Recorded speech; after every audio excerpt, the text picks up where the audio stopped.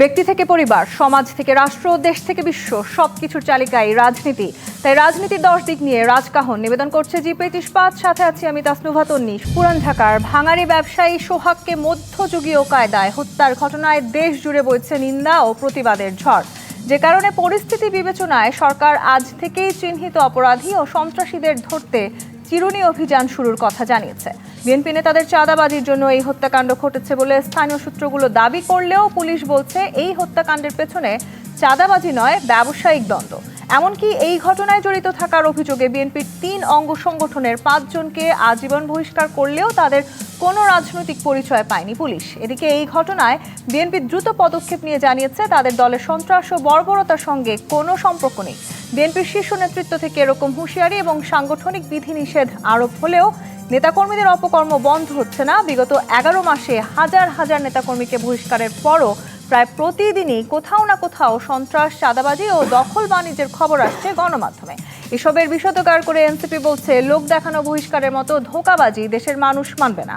একই সঙ্গে হুঁশিয়ারি দিয়েছে বিএনপি দেশ জুড়ে চাঁদাবাজি ও সহিংসতা বন্ধ না করলে তাদেরও আওয়ামী লীগের মতো পরিণতি ভোগ করতে হবে। আর বিএনপিকে ইঙ্গিত করে জামায়াত বলছে, সন্ত্রাসী চাঁদাবাজিদের কাছে দেশ ছেড়ে দেয়া হবে না। দায়ীদের বিরুদ্ধে ব্যবস্থা নেওয়ার পরও এনসিপি ও জামায়াতের এমন বক্তব্য আসা, এগুলোকে নির্বাচন সামনে রেখে পরিকল্পিত ষড়যন্ত্রের অংশ মনে করছেন বিএনপি নেতারা। সোহাগ হত্যা ষড়যন্ত্র নাকি নিয়ন্ত্রণহীনতা, এই আলোচনায় আজ রাজকাহন স্টুডিওতে আছেন বিএনপি চেয়ারপারসনের উপদেষ্টা আব্দুস সালাম, আছেন বাংলাদেশ ইসলামী ছাত্র শিবিরের সাবেক কেন্দ্রীয় সভাপতি ও বাংলাদেশ জামায়াতে ইসলামের কেন্দ্রীয় মজলিসে শুরার সদস্য দেলোয়ার হোসেন, এবং আছেন সাবেক সংসদ সদস্য গোলাম মাওলা রনি। স্বাগত জানাচ্ছি আজকে রাজকাহনে। গোলাম মাওলা রনি, যে হত্যাকাণ্ড নিয়ে আসলে আলোচনা আমরা শুরু করছি, শুধু তো এই একটি হত্যাকাণ্ড নয়, এই একই সময় আসলে কিন্তু আমরা পরপর বেশ কিছু মবের ঘটনা দেখেছি, মসজিদের ইমামকে কুপিয়ে জখম করার ঘটনা দেখেছি, ঢাকার বাইরেও আসলে নানান রকম ঘটনা আমাদের চোখে পড়ছে। যেই ঘটনা নিয়ে আসলে সোহাগের যে ঘটনা নিয়ে আমরা আলোচনা শুরু করছি, যে ঘটনা নিয়ে পাল্টাপাল্টি অনেক অভিযোগ আছে, সেটিকে আসলে নানানভাবে মেরুকরণ করারও চেষ্টা করা হয়েছে। তারেক রহমান বলেছেন, একটি অদৃশ্য শত্রু ধীরে ধীরে দৃশ্যমান হচ্ছে রাজনীতিতে। সেই জায়গাটা থেকে একটু জানতে চাই, কিছুক্ষণ আগে আপনি জানেন, আপনি দেখেছেন কিনা, আমাদের উপদেষ্টা মাহফুজ আলম তিনি একটা স্ট্যাটাস দিয়েছেন এবং তিনি সেখানে লিখেছেন, আমাদের কাঁধে এখনো বড় শয়তান শ্বাস ফেলছে। কোথাও না কোথাও সবাই কি তার মানে আমরা একটি শত্রুর এই শ্বাসের আওতায় চলে যাচ্ছি? আমি আসলে বিষয়টা ওইভাবে দেখতে চাই না। আমি এখানে মনে করি যে পুরো দায়িত্বটা হলো স্বরাষ্ট্র মন্ত্রণালয়ের প্রধানত। তো যিনি এই মন্ত্রণালয়ের দায়িত্বে নিয়োজিত ব্যক্তি, আপাত দৃষ্টিতে তাকে খুব ভালো মানুষ বলে মনে হয়, নম্র ভদ্র, যাকে বলা হয় খুবই সুন্দর একজন মানুষ। কিন্তু স্বরাষ্ট্র মন্ত্রণালয়ের মতো একটা খুব কঠোর একটা মন্ত্রণালয় চালানোর জন্য যে ধরনের হৃদয় দরকার, যে ধরনের পার্সোনালিটি দরকার, তো সেটা তিনি প্রদর্শন করতে পারছেন না। এটা বয়সের কারণে হতে পারে, তার চারিত্রিক বিনম্রতার কারণে হতে পারে। তো তিনি যে কথাগুলো বলছেন সেগুলো নিয়ে ট্রল হচ্ছে। যেমন তিনি জিজ্ঞাসা করছেন পুলিশদেরকে, বাবু খাইছো, বাবু বিয়ে করছো, তো এই সমস্ত কথাবার্তা, তো এগুলো দিয়ে আসলে স্বরাষ্ট্র মন্ত্রণালয় চলে না। আবার তিনি বলছেন যে এই ঘটনার প্রেক্ষিতে যে চিরুনি অভিযান চালানো হবে। এখন সবাই বলছে ওনার মাথায় তো চুলই নেই, উনি চিরুনি চালাবেন কোন জায়গাতে, যাদের মাথায় চুল নেই। ইট মিনস যখন আপনি একটা গুরুত্বপূর্ণ বিষয় বা গুরুত্বপূর্ণ ব্যক্তি তাকে নিয়ে যখন ট্রল হবে এবং তাকে নিয়ে যখন হাস্যরস হবে, তাহলে ধরে নিন যে তার দ্বারা আর যাই হোক না কেন কাঙ্ক্ষিত মাকামে, মানে গন্তব্যে পৌঁছানো সম্ভব নয়। অপরাধ এমন একটা বিষয়, এই অপরাধের কোনো জাত নেই। এটার কোনো বিএনপি নেই, আওয়ামী লীগ নেই, জাতীয় পার্টি নেই, জামাত নেই। এখানে হিন্দু নাই, বৌদ্ধ নাই, খ্রিস্টান নাই। এখানে টাকা উপার্জন করার জন্য, চাঁদাবাজি করার জন্য মানুষের মধ্যে কতগুলো যন্ত্র কাজ করে, অপরাধের কতগুলো যন্ত্র কাজ করে। তো একটা 15 বছরের শাসন, যে শাসনের মূল ভিত্তিটা ছিল অন্যায়, এবং যে শাসনের মাধ্যমে জাতীয় ইকোনমির, অর্থনীতির অলমোস্ট 60% জিডিপি নিয়ন্ত্রিত হতো, তো সেই শাসনটা হঠাৎ চলে যাওয়ার পরে সেটা দখল করার জন্য মন্দ লোকেরা আসবে, এটা স্বাভাবিক। এখন আমি যখন বলবো এই মন্দ লোকরা জামাত করে, এই মন্দ লোকেরা বিএনপি করে, এটা আসলে রাষ্ট্রের জন্য খুব একটা দুর্বল একটা বিষয়। রাষ্ট্র তো বিএনপি চালাচ্ছে না, জামাতও চালাচ্ছে না, রাষ্ট্র চালাচ্ছেন ডক্টর মোহাম্মদ ইউনূস এবং তার উপদেষ্টা মণ্ডলী। ফলে যে ঘটনাটা ঘটেছে, এই ঘটনা একদিনের নয়।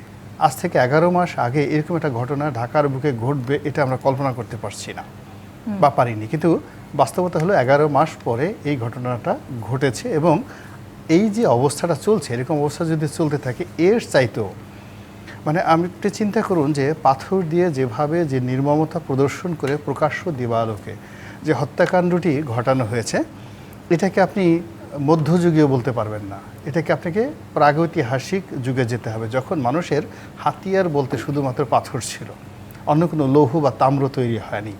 তো আমরা আমাদের এই সমাজটিকে সেই প্রাগৈতিহাসিক যুগে আমরা পাঠিয়ে দিয়েছি। কিন্তু গোলাম আলা রানী, এই যে ঘটনাটি ঘটেছে, সেই ঘটনাটি যখন ঘটলো সেই সময় দ্রুত কোনো আমরা আসলে ব্যবস্থাও নিতে দেখলাম না। আবার যখন সমালোচনা শুরু হয়েছে সেই সময় আমরা দেখলাম পুলিশ কয়েকজনকে আটক করেছে। মাঝের যে আসলে দুটো দিন ছিল, অর্থাৎ সামাজিক যোগাযোগ মাধ্যমে পুরো ঘটনা ভাইরাল হবার মাঝে যে দুটি দিন ছিল, সেই দুটো দিন তাহলে আসলে আইন শৃঙ্খলা বাহিনী কি করলো? মূলত এখানে কেউ রেসপন্ড করেনি। আমাদের এই সমাজে যখন স্বাভাবিক অবস্থা ছিল বা থাকে, তখন প্রকাশ্য দিবালোকে মানুষজনের সামনে কোনো অপরাধী এই ধরনের অপরাধ করার কথা কল্পনাই করতে পারে না। এবং জনারণ্য মানে জনগণের যে অরণ্য, সেটা হলো একটা মানুষের জন্য অভয়ারণ্য। অর্থাৎ লোকজন আছে, ধরুন একটা বাজার বা একটা মার্কেট প্লেস, তো সেখানে সাধারণত নারী বলেন, পুরুষ বলেন, শিশু বলেন, ধরে নেওয়া হয় তারা নিরাপদ জনগণের জন্য। এখন যখন এই জনারণ্য উদাসীন হয়ে যায় এবং জনারণ্য কোনো অপরাধকে প্রোটেক্ট করে না এবং জনারণ্য অপরাধীকে তাড়া করে না এবং মজলুমের পক্ষে দাঁড়ায় না, ওই সমাজটা জঙ্গলের চাইতেও ভয়াবহ হয়ে পড়ে। সেই ভয়াবহতা থেকেও তো আসলে আমাদের বেরিয়ে আসা প্রয়োজন। আমরা এখনো আসলে একে অপরকে শুধু দোষ দিয়ে যাচ্ছি। আমরা কাউকে দোষ যারা দিচ্ছে মূলত তারা ভুল করছে। এখানে যারা সত্যিকার সমাজের চিন্তক তারা কেবলই মাত্র সরকারকে দায়ী করছে। এই ঘটনার জন্য সরকারই দায়ী, আর কেউ দায়ী নয়। আমি দেলোয়ার হোসেন আপনার কাছে আসতে চাই। এই সোহাগ হত্যার ঘটনায় জামাত যেটি বলেছে, আমি একটু সেটি দিয়েই শুরু করি। চাঁদা না পেয়ে যুবদলের সন্ত্রাসীরা এই হত্যাকাণ্ড ঘটিয়েছে, জামাতের খুব সুস্পষ্ট বক্তব্য এটি। এবং আপনারা এটাও বলেছেন, দেশবাসী প্রশ্ন, চাঁদাবাজ ও সন্ত্রাসীদের লালন পালনকারী দলের নেতারা যেই রাজনীতির কথা বলে বেড়ায়, সেই দলের হাতে জনগণের জানমাল কতটা নিরাপদ? এই দলের হাতে ক্ষমতা গেলে দেশ, জাতীয় রাষ্ট্র কখনোই নিরাপদ থাকতে পারবে না। দীর্ঘদিনের মিত্র ছিল জামায়াত ইসলামী এবং বিএনপি, হঠাৎ এমন কি হলো আপনারা আসলে একে অপরকে সব বিষয়ে দোষারোপ করে যাচ্ছেন? জি, ধন্যবাদ আপনাকে। পাশাপাশি আমার দুইজন শ্রদ্ধাভাজন বড় ভাই, কলম রনি ভাই এবং আব্দুল সালাম ভাই, দুইজনকেও আন্তরিকভাবে ধন্যবাদ জানাচ্ছি যারা আজকে অনুষ্ঠানটি দেখছেন। সম্মানিত দর্শক মণ্ডলীকেও আমার পক্ষ থেকে আন্তরিক সালাম এবং অভিনন্দন জানাচ্ছি। আসলে আমি 2010 সালে যখন কারাগারে ছিলাম, কারাগারে থাকা অবস্থায় প্রথম আলো পত্রিকা একটা নিউজ করলেন যে প্রধানমন্ত্রী ছাত্রলীগকে সামলান। এর কিছুদিন পরে, মাসখানেক পরে আবার নিউজ করলেন প্রধানমন্ত্রী ছাত্রলীগকে সামলাতে পারলেন না। তার মানে ওই সময়টাতে ছাত্রলীগ, যুবলীগ সহ তারা সারা দেশব্যাপী শিক্ষা প্রতিষ্ঠান এবং দেশব্যাপী যে সন্ত্রাসী কার্যক্রম চালাচ্ছিলেন, যেটা দেশের মানুষকে এতটাই অতিষ্ঠ করে তুলেছিল যে সরকারকে তৎকালীন, যেহেতু ছাত্রলীগের অভিভাবক ছিল হলো প্রধানমন্ত্রী শেখ হাসিনা, স্বাভাবিকের ওনাকে বারবার দৃষ্টি আকর্ষণ করছে প্রধানমন্ত্রী ছাত্রলীগকে সামলান। যখন এই সামলান বলার পরেও, যখন আরও 1 মাস 2 মাস পরেও যখন ছাত্রলীগ কোনোভাবে কন্ট্রোল হচ্ছে না, একটা পর্যায়ে নিউজ আসলো কি যে প্রধানমন্ত্রী আপনি ছাত্রলীগকে সামলাতে পারলেন না। এইভাবেই কিন্তু 15টা বছর কেটে গেছে। এখন তাহলে আপনারা ছাত্র দলের সাথে ছাত্রলীগকে মিলিয়ে ফেলছেন। এই যে যদি দীর্ঘ 11 মাস আপনার অভ্যুত্থান, যদি 11 মাসের ঘটনাগুলো যদি আমরা পর্যালোচনা করি, তাহলে একই চিত্র কিন্তু আমাদেরকে দেখতে হচ্ছে। একদম লাস্ট 1 সপ্তাহের মধ্যে যদি যে ঘটনাগুলো ঘটেছে, 9 তারিখ ঘটনাটা আপনি বলেছেন কি নৃশংস হত্যাকাণ্ড ঘটলো মিটফোর্ডের সামনে। কিন্তু আশ্চর্যজনক বিষয় হলো, যতক্ষণ পর্যন্ত এই ঘটনাটা সোশ্যাল মিডিয়ায় প্রকাশ হয়নি, তার আগ পর্যন্ত আইনশৃঙ্খলা বাহিনী এবং এখানে সোহাগ হত্যাকাণ্ডের সাথে যারা জড়িত বা সোহাগত একটা দলের একজন নেতা ছিলেন, সেই দলের পক্ষ থেকেও কিন্তু একদম কোনো মন্তব্য করা হয়নি, কোনো বক্তব্য আসে নাই, কোনো ধরনের কিছু আসে নাই। এবং আজকে সোহাগের ভাইয়ের একটা বক্তব্য আমি দেখলাম যে যখন মামলা দিতে গিয়েছে প্রশাসনও কিন্তু এখানে মামলা নিতে কিছুটা গড়িমসি করেছে। এবং সেটি কি সেই দলকে সব মিলে বলছি যে এই যে ঘটনাটা, তো যদি আজকে সোশ্যাল মিডিয়ায় যদি এটি প্রকাশ না হতো তাহলে আমার মনে হয় যে আইন শৃঙ্খলা বাহিনী হয়তো এখান থেকে নিষ্কৃতি পার পেয়ে যেত, আবার দলীয়ভাবে বিএনপি হয়তো এটা নিয়ে আর কথা কিন্তু বলতেন দেলোয়ার না। হোসেন, যে ঘটনাটি ঘটেছে সেটির সাথে কোনো দলের সম্পৃক্ততা থাকুক না থাকুক, সেটির বিরুদ্ধে ব্যবস্থা নেওয়াটা তো খুবই অবশ্যই জরুরি ব্যবস্থা ছিল। নিতে, আমি ওইটার দিকে তাহলে যাচ্ছি শুধু আমরা যে দলীয় দোষারোপ করছি কেন? একের পর এক যে ঘটনাগুলো ঘটছে, 9 তারিখে এই ঘটনা ঘটলো, একই সাথে খুলনার একইভাবে মাহবুবুর রহমান যার মৃত্যুর পরে যার পায়ের রগ কেটে দেওয়া হলো। এরপর আপনারা জানেন যে ফেনীতে বকেয়া টাকা চাওয়ার অপরাধে সেখানে একজন সুমন নামের একজন ব্যবসায়ীকে পিটিয়ে গুরুতরভাবে আহত করেছে যুবদল নেতা সায়েম, তিনি একজন ওয়ার্ড সভাপতি। এরপরে 2 জুলাই পাবনাতে দেখেন কিভাবে এগুলো ঘটনাগুলো ঘটছে, এই বক্তব্যগুলোই কিন্তু এই ঘটনাগুলো ঘটাচ্ছে। দেখুন 2 জুলাই পাবনা 3 আসনের বিএনপির পক্ষ থেকে যিনি মনোনয়ন প্রত্যাশী তিনি একটা শোডাউন করলেন। সেই শোডাউনে বিএনপির একজন নেতা সেখানে বক্তব্য দিলেন উনার পক্ষে, ওই যিনি নমিনেশন প্রার্থী তার পক্ষে বক্তব্য দিলেন যে উনার কাছে সিজদা করতে হবে, মানে দলীয় নেতার কর্মী থেকে বললেন যে উনার কাছে সিজদা করতে হবে। এরপরে বললেন যে উনার যদি কেউ বিরোধিতা করে তার প্রতিফলও তিনি পাবেন।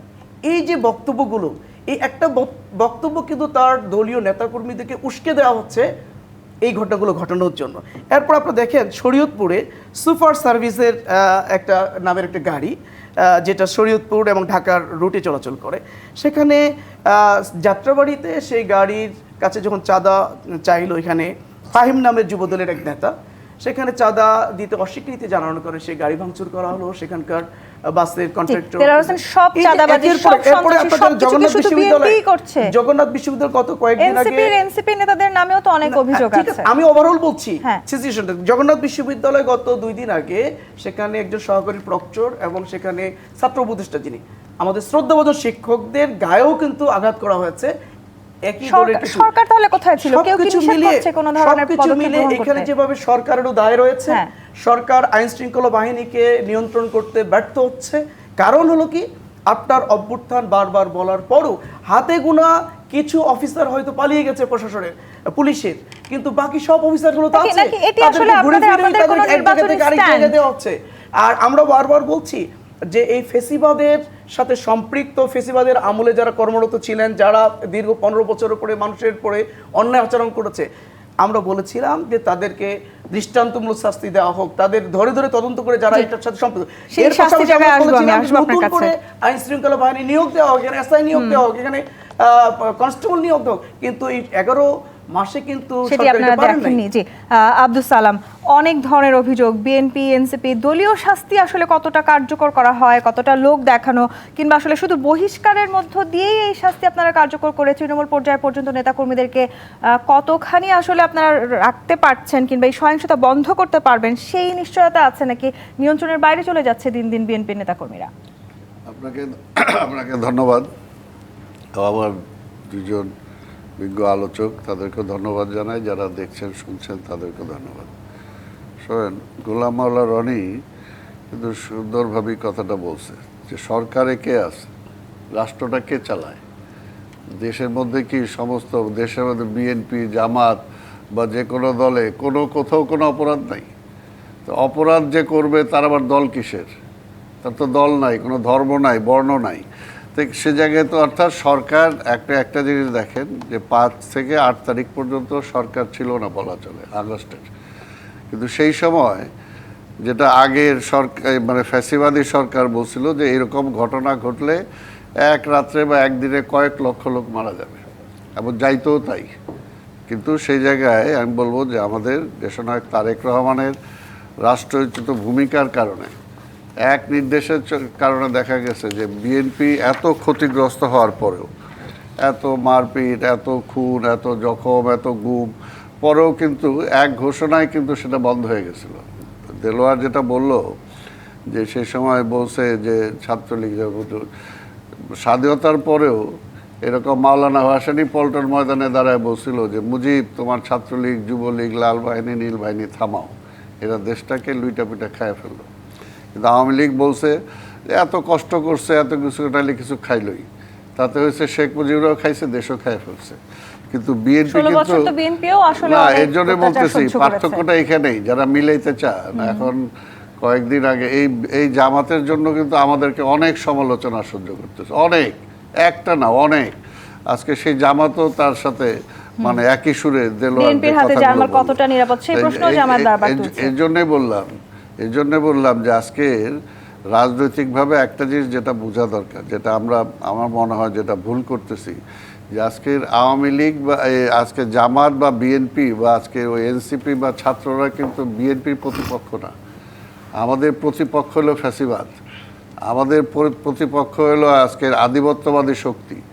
আজকে সেই জায়গা থেকে সচেতনভাবে আজকে এই তিনটা শক্তির মধ্যে বিভক্ত করার চেষ্টা যদি একটু আপনি যেহেতু এনসিপির কথা বলেছেন, এনসিপির নাহিদ ইসলাম বলেছেন যারা চাঁদাবাজির রাজনীতি করতে চায় তাদের বিদায় হবে হাসিনার মতো। খুব সুস্পষ্টভাবে তিনি হয়তো বিএনপিকেই আসলে কথাটি বলেছেন। সেটা বিদায়, আমরাও তো তাই বলি, বিদায় হবে। তা আমরা কি জনগণের বাইরে নাকি? আর মনে হইতেছে কারো কারো কথা কিন্তু বলতেও একটু লাগে, যেমন দেশের মালিকানাটা নিয়ে নিছে আর কি কেউ। এই ভাষায় তো শেখ হাসিনাও কথা বলতো, এই ভাষায় একই ভাষায় বিএনপিকে আর সেই সময় বিএনপির সাথে জামাতের নামটাও জুড়ে দিত যে বিএনপি জামাত, এবং এই জামাতের জন্য বিএনপিকে রাজাকার শব্দ পর্যন্ত সহ্য করতে হয়েছে, তাই না? দেশদ্রোহী, দেশ অপরাধী, স্বাধীনতা বিরোধী শক্তি পর্যন্ত আমাদেরকে শুনতে হয়েছে। কিন্তু সেটা তো রাজনীতির কারণে বিএনপি তো সেটাকে মাইন্ড করে নাই। তাহলে এখন কি মনে করছে বিএনপি যে জামাত আসলে নানান ভাবে এই যে কথাগুলো বলছে বিএনপির বিরুদ্ধে সেগুলো নির্বাচনী এগুলো তারা ভুল করতেছে, এবং এটা বলবো যেটা যে এখনো সময় আছে মূল শত্রুটাকে মানে টার্গেট না করে, যেটা ও দেলোয়ার যেটা শেষের দিকে বললো ওইটা হলো সত্য, যেটা আমরা 5 তারিখের পর থেকে বলে আসতেছি যে ফ্যাসিবাদের মাথা বিদায় হয়েছে, কিন্তু ফ্যাসিবাদ তো রয়ে গেছে। আপনি ঘরের মধ্যে যদি সাপ নিয়ে বসবাস করেন তাহলে তো সেই সাপ আপনাকে দংশন করবেই। আজকে সেটা করতেছে। আজকে স্বাভাবিকভাবেই আজকে ফ্যাসিবাদের ষড়যন্ত্র তো বসে নাই, সে এখনও সীমান্তের ওই পার থেকে বলতেছে আমি প্রধানমন্ত্রী যে কোনো সময় টুস করে চলে আসবো, তাই না? তো সেই ষড়যন্ত্রটার বিরুদ্ধে আজকে সে এগুলো যে ষড়যন্ত্রের পার্ট, আজকে যে ঘটনা যেখানেই ঘটতেছে, আমি এরকম যে দেলোয়ার বললো তো আমি রাজশাহী ডিভিশনের দায়িত্বে আছি, এরকম আমি ডকুমেন্ট সহ দেখাইতে পারবো যে জামাত কোথায় কোথায় কতটুকু অপরাধ করছে, কোথায় কত কিছু জড়িত। এই জন্য এইটা সমাধান না, বলতেছি এটা সমাধান না। সমাধানটা হলো যে রাষ্ট্রের দায়িত্ব যদি অপরাধ যে করবে তাকে রাষ্ট্রের আইন শৃঙ্খলার আওতায় নেওয়া, সেটা তারা কেন নেয় না? 5 তারিখ থেকে 8 তারিখ পর্যন্ত যদি এত ঘটনা না ঘটে থাকে তাহলে আজকে কেন ঘটছে? এই জায়গাটিতে আমি একটু প্রশ্ন রাখতে চাই। গোলাম মাওলা রনি, ডেভিল হান্ট দেখেছি আমরা, সেখান থেকে আজকে শুরু হওয়ার কথা চিরুনি অভিযান, কোনো কাজে আদৌ লাগবে কিনা, কিংবা ডেভিল হান্ট আসলে আমাদেরকে এই মব জাস্টিসের বা এই ধরনের জায়গা থেকে মুক্তি দিতে পারলো না কেন? এত দীর্ঘ সময়ে এসে বিশ্বজিৎ থেকে সোহাগ কোনো হত্যাকাণ্ড আসলে ভুলে যাবার মতো নয়। এই বর্বরতা থেকে তো আমরা বেরিয়ে আসতে চেয়েছিলাম, অন্তত 24-এর গণঅভ্যুত্থান আমাদেরকে সেই রাস্তাটি দেখিয়েছিল। আমরা তাহলে আসলে কোন রাস্তায় হাঁটছি? এখন যে রাস্তায় হাঁটছি সেই রাস্তায় আসলে আমরা কিভাবে সামনে এগোবো? আমি আপনার কাছে আসবো, একটি বিরতি নিয়ে ফিরতে চাই। জি25 প্রাথমিক রাজকাহন থেকে বিরতি নিয়ে ফিরছি, সাথেই থাকুন। জি25 প্রাথমিক রাজকাহন দেখছেন গোলাম মাওলা রনি। প্রশ্ন রেখে বিরতিতে গিয়েছিলাম, ডেভিল হান্ট দেখেছি আমরা, আজকে থেকে চিরুনি অভিযান শুরু হয়েছে। মনে আছে। আমি আপনাকে যে কথা বলি, রাজনীতি সবকিছু সহ্য করে, কিন্তু মুনাফিকি রাজনীতি কখনো সহ্য করে না। যারা রাজসিংহাসনে বসবেন তারা যেটা বলবেন জনগণের প্রতি সেটা বিশ্বাস এবং আস্থা থাকতে হবে জনগণের। এখন এখানে যে ফ্যাক্ট, সেই ফ্যাক্টটা হলো রাষ্ট্রশক্তি এবং রাষ্ট্রশক্তির সহযোগী এনসিপি এবং জামাত, তারা সবাই মিলে আসলে মূলত বিএনপিকে ঠকাতে চাচ্ছে। This is the reality.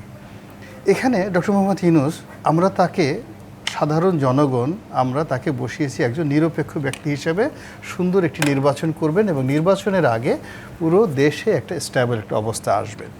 কিন্তু উনি এনসিপি নামক একটি দল করবেন, সেই দলে প্রমোট করবেন, আবার উনি এই 20-25টার মতো আবার কিংস পার্টি করবেন, আবার এই কিংস পার্টিগুলো তদারক করার জন্য একটা শক্তিশালী জামাতের মতো একটা শক্তিশালী দলকে এদের মুরব্বি নিয়োগ করবেন, এবং এই পুরো প্রক্রিয়াটি আবার বিএনপির বিরুদ্ধে এগুলো কাজ করবে। এই জিনিসগুলো আমরা আসলে কখনো কল্পনা করিনি, আমাদের জনগণও কিন্তু কল্পনা করেনি। ফলে কি হলো, একটার পর একটা বিসাদৃশ্য ঘটছে, একটার পর একটা চক্রান্ত ঘটছে, এবং আমাদের এই সমাজে যে জিনিসগুলো স্বাধীনতার পর থেকে এখন পর্যন্ত এই 11 মাসে যা হয়েছে, যেটা হয়নি সেটা হলো রাজনীতিতে অশ্লীলতা, রাজনীতিতে অশ্রাব্য গালাগাল, এবং সম্মানিত মানুষকে অসম্মান করা, এই জিনিসগুলো প্রমোট করা হচ্ছে। 2 নম্বর হলো এই যে মব নামক যে জিনিসটি, ইটস এ জঙ্গল আইন। আপনি দেখেন বিএনপির বিরুদ্ধে অনেক অভিযোগ আছে, আওয়ামী এটাকে আবার লীগের মধ্যে সরকারি লোকেরা প্রেসার গ্রুপও বলেছেন। মানে ফার্স্ট থিং হলো যে এই কাজের জন্যই আমি তো বললাম আগে যে এটা এক ধরনের মুনাফেকি। ফার্স্ট থিং হলো যে এটা প্রেশার বলেন আর জঙ্গল আইন বলেন, মব জাস্টিস বলেন, মব ভায়োলেন্স বলেন, এটা বাংলাদেশে কখনো ছিল না। আমাদের এই বাঙালির রাগ আগের থেকে রাগ ছিল, আগের থেকে বিরক্তি ছিল। এই বাঙালি ঢাল সুরকি নিয়ে মারামারি করেছে এবং এখনও করে। কিন্তু এই ডক্টর মোহাম্মদ ইউনূস শান্তির দূত, এই শান্তির দূতের জমানাতে যে অশান্তি মবের নামে এসেছে, যে অশান্তি প্রেশার গ্রুপের নামে এসেছে, যেটা কিনা আমাদের সাধারণ মানুষের কর্মশক্তিকে নষ্ট করে দিয়েছে, মানুষের যে চিন্তার প্রসারতা সেটাকে নষ্ট করে দিয়েছে, মানুষের এই দেশ এবং জাতির জন্য যে ভালোবাসা, এটা ন্যাশনাল ইউনিটি, পুরো জিনিসগুলোকে নষ্ট করে দিয়েছে। ফলে দেখেন এই যে মিটফোর্ডে যে ঘটনাটা ঘটলো, এখন এটার পিছনে কারা, এটা কি মব না কীভাবে কী করছে, মানে মানুষ খুব আশ্চর্য। এই সমাজে গত 11 মাসে এমন কিছু ঘটে যাচ্ছে যে ঘটনার ফলে মানুষ তার নিজেদের প্রতি বিশ্বাস হারিয়ে ফেলেছে, আইনশৃঙ্খলা রক্ষাকারী বাহিনীর প্রতি বিশ্বাস হারিয়ে ফেলেছে। আইনশৃঙ্খলা রক্ষাকারী বাহিনী, থানার ওসি বলেন, এসপি বলেন, ডিসি বলেন, তারা নিজেরাও হ্যাঁ, কিন্তু মানে গোলাম অনেকটা রনি, এই সরকার তো খুবই গুরুত্বপূর্ণ একটি জায়গা ছিল এই পুলিশের সংস্কারের জায়গাটি, সেটিকে হঠাৎ করে সবচেয়ে গুরুত্বহীন করে ফেলা হচ্ছে কি? মানে ফার্স্ট থিং হলো এই সরকারের যে কথাগুলো আজ পর্যন্ত গত 11 মাসে ওনারা একটা কথা বলেছেন আর সেই কথাটা বাস্তবায়িত হয়েছে, এরকম একটা সিঙ্গেল নজির আমি দেখি নাই। বরং তারা সবসময় একটা ভাইব তৈরি করেছে এবং মানুষজনকে একটা মিথ্যা আশ্বাস দিয়েছে এবং সেই সমস্ত কথা প্ল্যান প্রোগ্রাম একটার পর একটা বলে যাচ্ছে যে কথাগুলোর সঙ্গে বাস্তবতার কোনো মিল নাই, যেটা পলিটিশিয়ানরা করে না। সেটা আমাদের মানবিক করিডোর বলেন, সেটা আমাদের ওই যে সেই সেন্ট মার্টিন দ্বীপ বলেন, সেটা আমাদের নির্বাচন বলেন, ডিসেম্বর থেকে সেই জুনের মধ্যে নির্বাচন হবে, এটা হলে এটা হতে পারে, ওটা হলো এটা হতে পারে, এই সকল কথাবার্তা আসলে রাজনীতির ময়দানে এগুলো চলে না। এই জিনিসগুলোই সরকার কাজ করছে। ফলে কি হচ্ছে, আজকের পুরো যে প্রশাসনিক সিস্টেম, রাষ্ট্রের কাঠামো, রাজনীতির যে কৃষ্টি এবং কালচার এবং রাজনীতির বিশ্বাস, সভ্যতা, ভব্যতা এবং সামনে এগিয়ে যাওয়ার যে বাঙালির যে অদম্য যে একটা ইতিহাস রয়েছে সামনে এগিয়ে যাওয়ার, এটা পিছনে যাচ্ছে। আমরা আবার জানি এই যে রাজনীতিকে নানানভাবে আসলে কঠিন করার চেষ্টা করা হচ্ছে, অনেক বিশ্লেষকরা সেটিও আসলে না, সেই আভাসের এটা কথাও রাজনীতি, বলছেন। মানে এরা রাজনীতিটা বোঝে না, এরা নিজেদের জীবনকে, মানে যারা এখন রাষ্ট্র হ্যাঁ। চালাচ্ছে, ফার্স্ট থিং হলো এখানে আমি জামাতকেই বলবো, জামাত সেই 47 সন থেকে প্রতিটা ক্রাইসিস মোমেন্টে কিন্তু তারা ভুল করেছে, মারাত্মক ভুল করেছে। এই জামাতের এই ভুলের জায়গাটাতে আমি আসবো, আমি একটু আব্দুল সালাম আপনার কাছে আসতে চাই। এই যে রাজনীতিকে কঠিন করে ফেলার এক ধরনের কথা আমরা শুনছি, অনেকেই বলছেন যে বিএনপিকে আসলে চাপে রাখার জন্য সবাই মিলে এক ধরনের চাপ সৃষ্টি করছে, নানান রকম ষড়যন্ত্র সৃষ্টি করছে।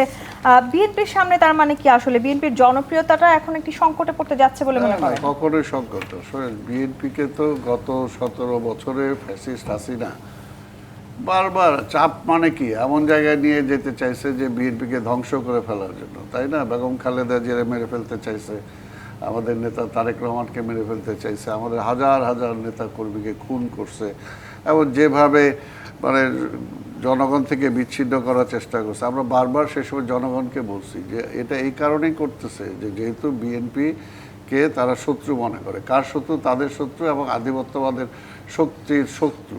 তো সেই জন্যই তারা বারবার সেখানে আঘাত করছে, যেখানে যে গাছে ফল হবে সেটাতেই তো মানুষ ঢিল মারবে। তো সেই কারণে সেটা তারা করবে এবং করে যাচ্ছে। সেটাতে বিএনপি, এটা তো অরিড না। বিএনপি কি মনে করে জামায়াত এবং এনসিপি যদি একসাথে জোটবদ্ধ হয়ে বিএনপিকে পেছনে ফেলার চেষ্টা করে, সেটি তারা তাদের সম্ভাবনা কতখানি? না, শোনেন, এটা তো কি বলবো, আসলে এটা তো নির্বাচন, এই জন্যই তো আমরা চাই নির্বাচনটা দেখ না। তাহলে এটা এত করা হচ্ছে কেন, এত ধামধাক্কা পেটানো হচ্ছে কেন? নির্বাচন দেখ, যদি জনগণ তাদেরকে দায় দিবে তো এখানে ভয় পায় কেন? হাসিনাও যেটা করতো, একদিক দিয়ে বলতো বিএনপি নাই, আবার বিএনপির ভয়ে নির্বাচন দিত না। তো এখন এই সরকারও সমস্ত কিছু সরকারে আছে, সে পুলিশ তার কাছে, আইন তার কাছে, আর কোনো একটা ঘটনা ঘটলেই সেটা ফলাও করে দেখানো হয় যেটা বিএনপি। এই যে ঘটনাটা যেটা ঘটলো, একটা থ্রিলার ছবির শুটিংয়ের মতো, কোত্থেকে আসলো এটা? আমি এখানে তো এরপরে আমরা তো আজকে তো ফেসবুকে আবার নতুন করে আমরা দেখছি যে তার সাথে এনসিপির নেতারা জড়িত।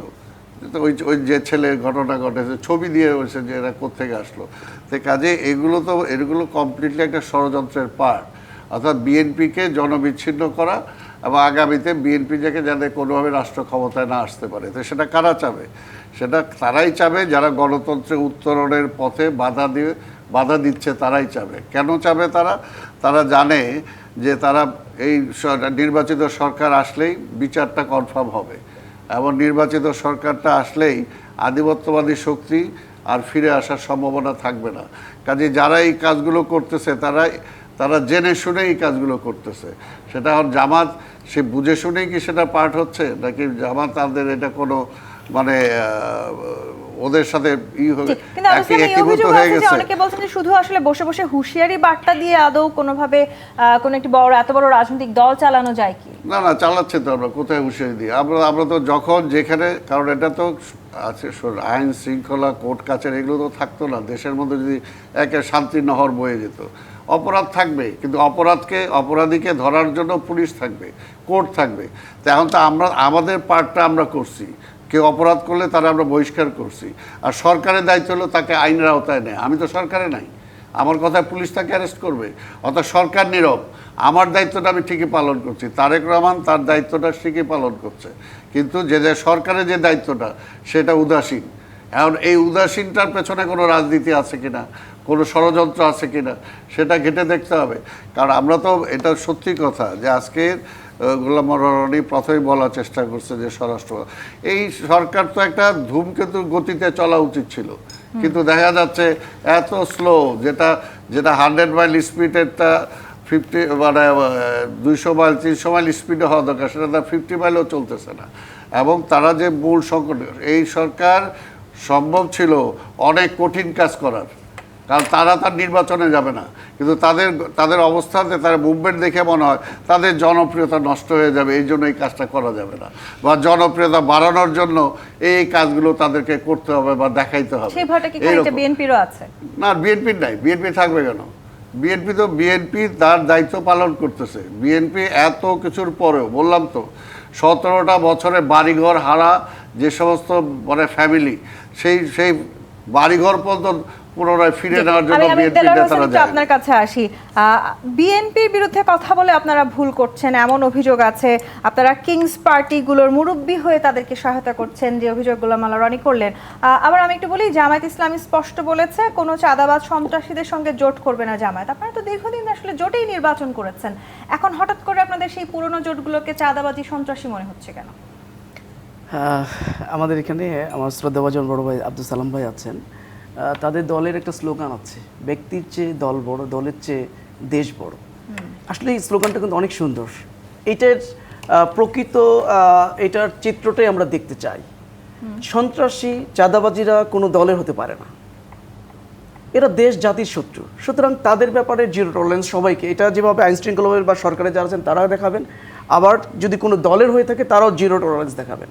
শুধুমাত্র তাদেরকে বহিষ্কার করা নয়, যদি আমরা এটা দেখাতে পারতাম যে তাদেরকে কোনোভাবে ধরে আইন শৃঙ্খলা বাহিনীর হাতে তুলে দেওয়া যদি পারতাম, এটা আরও দেশবাসী অ্যাপ্রিসিয়েট করতে।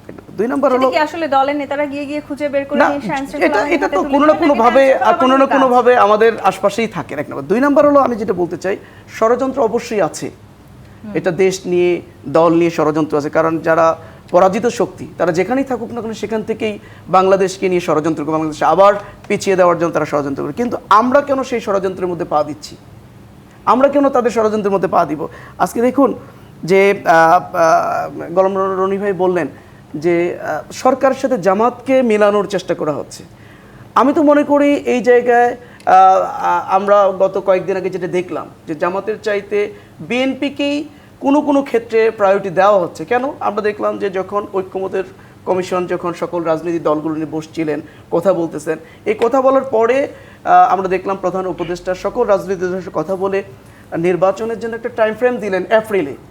এখান থেকে তিনি লন্ডনে গিয়ে একটা দলের চিফের সাথে বসে, শুধুমাত্র একটা দলের প্রধানের সাথে বসেই তিনি হঠাৎ করে এপ্রিল থেকে ফেব্রুয়ারিতে নিয়ে আসলেন। এতে করে কিন্তু দেশের মানুষের কাছে একটা প্রশ্ন উঠেছে তাহলে সকল রাজনৈতিক দলের সাথে কথা বলে তিনি একটা ডেট দিন, আবার একটা দলের সাথে কথা বলে ডেটটা চেঞ্জ আবার করা হলো। NCP র সাথে আপনাদের এক ধরনের তার মানে কি একটা দলের প্রতি বেশি তারা অনুগত হয়ে যাচ্ছে কিনা, 1 নম্বর। 2 নম্বর, আপনারা যদি দেখেন যে আপনারা অভ্যুত্থান আসলে যে নিয়োগগুলো হয়েছে ডিসি, এসপি, আইন শৃঙ্খলা এবং কোর্টের যে অ্যাটর্নি জেনারেল থেকে শুরু করে বিচারপতি, সবগুলো যদি একেবারে ক্যালকুলেশন করা হয় তাহলে সব জায়গায় কিন্তু একটা দলকে প্রায়োরিটি বেশিই দেওয়া হয়েছে। তাদেরকে। সুতরাং পিএনপিকে অবভিয়াসলি, এটা তো সবাই জানে। সেক্ষেত্রে জামাতের সাথে মানে সরকারকে গুলিয়ে ফেলা কোন সময়, বরঞ্চ আমরাই বঞ্চিত হচ্ছি। এক ধরনের সখ্যতা আছে, না, আপনারা জামাতের সাথে এনসিপির সখ্যতা এখানে কি? হ্যাঁ, এনসিপি আমরা যখন আর্থিকভাবে সহায়তা করছেন, অবশ্যই এই ধরনের কোনো অভিযোগের কোনো সত্যতা নেই। জামাত ইসলামী এনসিপি না না, অবশ্যই না, এই ধরনের কোনো কথা বলতে পারে না। কারণ জামাত কাউকে এনসিপি নেতাদেরকে গাড়ি দেবে, তারপর তাদেরকে টাকা দেবে, এটা প্রশ্নই ওঠে না। কারণ হ্যাঁ, তাদের রাজনীতি করার অধিকার আছে, এটা সংবিধান তাদেরকে দিয়েছে। ভালো কোনো জনগণের সমর্থন, তাদের সাথে আমাদের কোনো ইয়ে নেই। জি, আসবো আমি। আমার আরেকটি বিরতির সময় হয়েছে, যে 25 মিনিটের রাজখান থেকে আরেকটি বিরতি নিয়ে ফিরছি, সাথেই থাকুন। যে 25 মিনিটের রাজখান দেখছেন, দেলোয়ার হোসেন, আপনারা কোনোভাবেই কোনো চাঁদাবাজ সন্ত্রাসীদের সঙ্গে জোট করবেন না বলেছেন, যদিও আপনারা দীর্ঘদিন আসলে সেই রাজনৈতিক দলগুলোর সাথে জোটবদ্ধ ছিলেন। এখন আসলে আপনারা নানানভাবে বলার চেষ্টা করছেন যে যে রাজনৈতিক দলগুলো বাংলাদেশের স্বার্থের বাইরে গিয়ে কাজ করছে তাদের সাথে আপনারা কোনোভাবে একসাথে থাকবেন না এবং তাদের বিরুদ্ধে নানান রকমের আপনারা ব্যবস্থা গড়ে তুলবেন, সেই কথাও আপনারা বলছেন। এই যে আমি প্রশ্ন করেছিলাম যে হঠাৎ করে আপনাদের আসলে পুরনো জোটগুলো থেকে দূরে সরে যাওয়ার কি কারণ, সেটি কি আসলে নতুন রাজনৈতিক দলগুলোর সাথে আপনাদের সখ্যতা বাড়ছে, সেটি প্রধান কারণ? না, এখানে সালাম ভাইও বলেছেন যে আসলে দীর্ঘ সময় বলা যায় যে 91 সালে ইলেকশনেও আপনারা দেখেছেন যে আমরা যখন সেই ইলেকশনে যখন কোনো দলই এককভাবে ক্ষমতায় যেতে পারছিলেন না, ঠিক তখন কিন্তু জামাত ইসলাম দেশ এবং জাতির বৃহত্তর স্বার্থে বিএনপির সাথে থেকে কিন্তু বিএনপিকে সরকার গঠনে সহযোগিতা করেছে। তাহলে কি এখন অন্য কোনো রাজনৈতিক দলকে এরপরে আপনাদের যে 1998-99 সালের পর থেকে কিন্তু যে খুনি হাসিনা ফেসিবাদের সরকার যে 96-2001, সেই সময় কিন্তু 4 দলীয় জোট গঠন হয়। এই 4 দলীয় জোট সেই সময় খুনি হাসিনার বিরুদ্ধে, সে ফেসিবাদের বিরুদ্ধে কিন্তু লড়াই সংগ্রাম করে একটা পরে যে 2001 সালে জোট ভিত্তিক আমরা সরকার গঠন করেছি। সেই থেকে বলা যায় 2018 সাল পর্যন্ত আমরা কখনো জোট ভিত্তিক, কখনো কখনো যুগবদ্ধভাবে আন্দোলন করেছি। একটা পর্যায়ে আসলে কোনো আনুষ্ঠানিকভাবে কোনো ঘোষণা ছাড়াই কিন্তু এই জোটটা ভেঙে যায়। মানে কোনো আনুষ্ঠানিকভাবে কেউ কিন্তু ঘোষণা দেয় না যে জোট ভেঙে গেছে, কিন্তু অনানুষ্ঠানিকভাবে কিন্তু সবাই সবার মতো করে ফেসিবাদ বিরোধী আন্দোলন অংশগ্রহণ করেছে এবং আমরা ফেসিবাদ খুনি হাসিনা সরকারকে আমরা বাংলাদেশ থেকে আমরা বিতাড়িত করতে সক্ষম হয়েছি। আপনার অভ্যুত্থান আসলে আমাদের উচিত ছিল সকল রাজনৈতিক দলগুলো মিলিয়ে এই দীর্ঘ 15 বছরে বাংলাদেশকে যেভাবে পিছিয়ে দেওয়া হয়েছিল, বাংলাদেশের সকল সাংবিধানিক প্রতিষ্ঠানগুলোকে এক এক করে যেভাবে ধ্বংস করা হয়েছিল, খুব দ্রুত সময়ের ভিতরে দেশকে পুনর্গঠন করে গণতান্ত্রিক প্রক্রিয়ায় ফিরে নিয়ে আসার জন্য সকল রাজনৈতিক দলগুলো কাঁধে কাঁধ মিলে ঐক্যের বন্ধনে আবদ্ধ হয়ে যেভাবে কাজ করার কথা ছিল, সেই কাজটা কিন্তু আমরা করতে পারি নাই। দেখা যাচ্ছে আমরা আপনার অভ্যুত্থান আমরা এক ধরনের কাজ করছিলাম, আবার দেখা যাচ্ছে কিছু কিছু রাজনৈতিক দলের কিছু কার্যক্রম তার বিপরীতমুখী হচ্ছিল। এটার কারণে দেখা যাচ্ছে যে একটা আপনাদের দূরত্ব বাড়ছে, সেই দূরত্ব কমিয়ে নিয়ে আসতে চান কি? আমরা এখনো চাই, আমরা মনে করি দেশের স্বার্থে, সালাম ভাই বলেছেন আজকে দেশের বৃহত্তর স্বার্থে বহিঃশত্রুর হাত থেকে দেশকে রক্ষার জন্য আসলে আমাদের অবশ্যই রাজনৈতিক দলগুলোকে ঐক্যমত্যের ভিত্তিতে আসতে হবে। সেই একের জায়গাটিতেও তো আসলে আমরা আসতে পারছি না, কোনো না কোনো একটি ইস্যু সামনে আসছে এবং আবার সেই দূরত্ব বারবার বাড়ছে। এভাবে আসলে পেছন থেকে যারা ষড়যন্ত্র করছে তারা আরো অনেক বেশি সুযোগ পেয়ে যাচ্ছে কি? এখন আসলে বাস্তবতা হলো যে আমরা বারবার ঘুরে ফিরে শেখ হাসিনার কথা আনছি, আওয়ামী লীগকে আনছি। মূলত আওয়ামী লীগ নামক দলটি যে পরাজয় তারা বরণ করেছে, মানুষের যে ঘৃণা এবং ক্ষোভ এখনও তাদের মধ্যে আছে। এখানে বিএনপি বলেন, জামাত বলেন, এনসিপি বলেন, তাদের মধ্যে অনেক বিরোধিতা আছে, এমনকি আগামীতে মারামারিও হবে।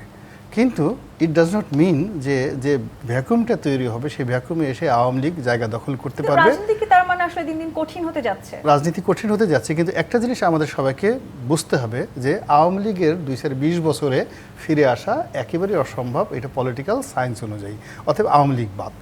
তা আওয়ামী লীগকে বাইরে রেখে, পলিটিক্যালি বাইরে রেখে এখন এই যে ভ্যাকুমটা, এই ভ্যাকুমটা কী করে মানে যাকে বলা হয় পূর্ণ করা যায়, এই ব্যাপারে আমার মনে হয় যে রাজনৈতিক দলগুলোর যারা শীর্ষ নেতৃবৃন্দ রয়েছেন তাদের মধ্যে একটা সমঝোতা আসা উচিত, এবং সেটার জন্য সবচেয়ে বেশি যেটি দরকার সেটা হলো পারস্পরিক শ্রদ্ধাবোধ।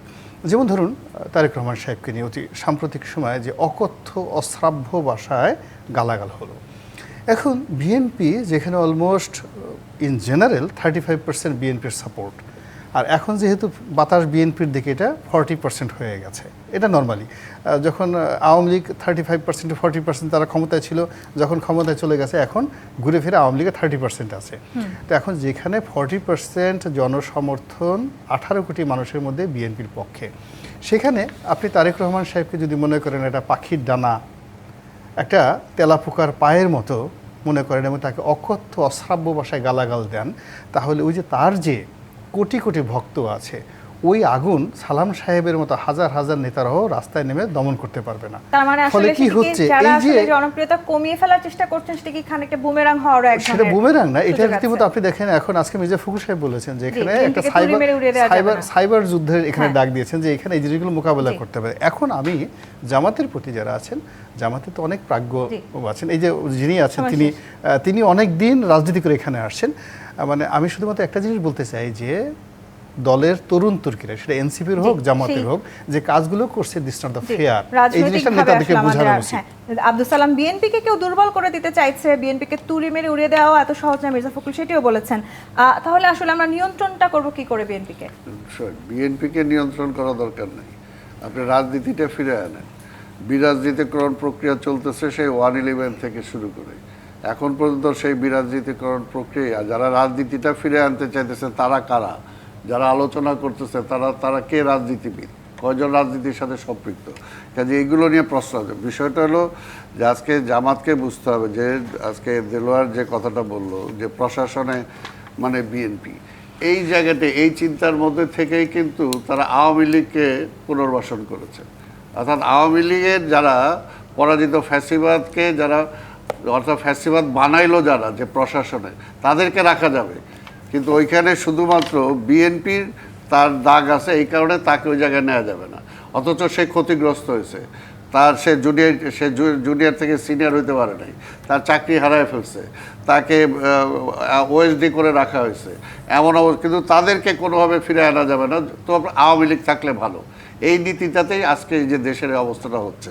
এই কারণে বলবো যে আজকের বিএনপিকে সবচেয়ে বড় আরেকটা যেটা বলছে যে বিএনপি নেতার সাথে কথা বলছে, এটা কোনোভাবেই জামাতের কাছ থেকে এটা আমরা কাম্য করি না। যে এই কথাটা রিয়াকশনটা তাদের কাছে আসবে যে লন্ডনে বসে তারেক রহমানের সাথে ডায়লগ করার পরে কি দেশের লাভ হয়েছে না লস হয়েছে। সবাই মনে করে দেশের আপামর জনগণ মনে করে দেশের লাভ। জামাতও কিন্তু সেই সময় নির্বাচন নিয়ে একমত হয়েছে, এই কারণেই বললাম। আর জামাতও দেখা করছে, জামাতের নেতাও কিন্তু লন্ডনে যে তারেক রহমানের সাথে কথা বলে আসছে। কাজেই বিষয়টা হলো এখন আমাদেরকে রাজনীতিটাকে ফিরে আসতে পারি, রাষ্ট্রের স্বার্থে, গণতন্ত্রের স্বার্থে